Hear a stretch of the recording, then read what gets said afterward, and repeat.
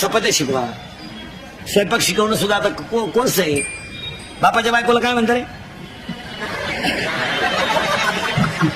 बापाच्या बायको टिमा म्हणतात.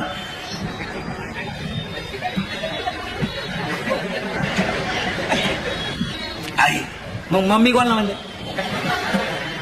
अरे ते मम्मी तरी म्हणत जा. मॉम मॉम मॉममुळेच बॉम्ब तयार झाले. आईला आई म्हणायचा. आपण माणसं कोण आहेत? इथं रेडा वेद बोललाय, गाथा दगडानं तारलाय. तर आपण इंग्रजी शब्द वापरायचे कुठे बी काही बी.